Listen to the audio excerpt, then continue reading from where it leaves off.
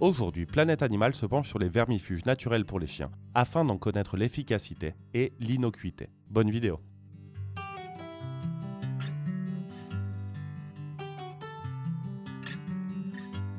Vinaigre de cidre. Le vinaigre de cidre, en tant qu'agent antimicrobien, a été salué pour son efficacité pour le traitement de nombreuses maladies, ainsi que pour faire le ménage. Certains prétendent que le fait de le mélanger à de l'eau peut avoir un effet antiparasitaire, mais son efficacité en tant que vermifuge n'est pas étayée par des preuves scientifiques. Il n'est pas prouvé qu'il puisse tuer une infestation existante de parasites externes ou internes chez le chien.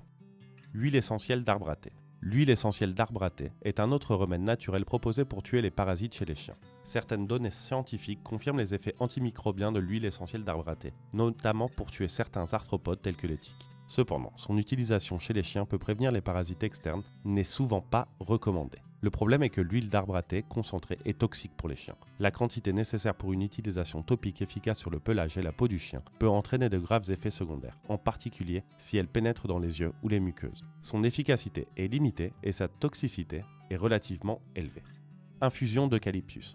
L'eucalyptus est un autre remède maison contre les parasites chez le chien qui est toxique pour l'animal. La quantité d'eucalyptol contenue dans les feuilles d'eucalyptus, surtout sous forme d'huile concentrée, peut provoquer de graves problèmes gastro-intestinaux, en particulier en cas d'utilisation répétée comme vermifuge préventif. L'utilisation des feuilles pour une infusion d'eucalyptus réduit la quantité d'eucalyptol. Bien que certaines données suggèrent une action insecticide limitée de l'eucalyptol, il ne s'agit pas d'un traitement efficace et son utilisation concentrée est dangereuse pour les chiens. Huile essentielle de lavande. Malgré les recherches scientifiques sur l'efficacité de l'huile de lavande contre les parasites, il n'existe pas de preuves concluantes. Elle peut avoir un certain effet répulsif sur des insectes tels que les moustiques, mais il existe peu de preuves d'une utilisation interne efficace. En fait, son ingestion peut même provoquer des troubles digestifs et affecter le système nerveux central. L'utilisation de l'huile de lavande diluée comme répulsif topique peut avoir un certain effet, mais l'usage interne est à prohiber complètement. Découvrez des remèdes de grand-mère contre les tiques.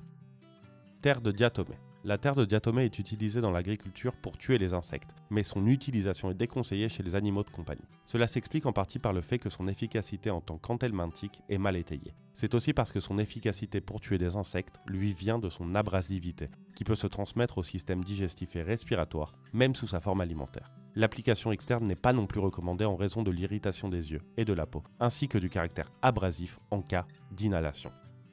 Ail.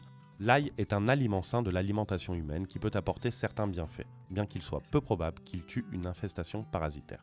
L'ail fait partie du genre Allium, qui contient des thiosulfates. Les thiosulfates présents dans l'ail peuvent endommager les globules rouges du chien, surtout quand il en consomme en grande quantité. Il est inefficace comme vermifuge et toxique pour les chiens quand il est consommé en grande quantité.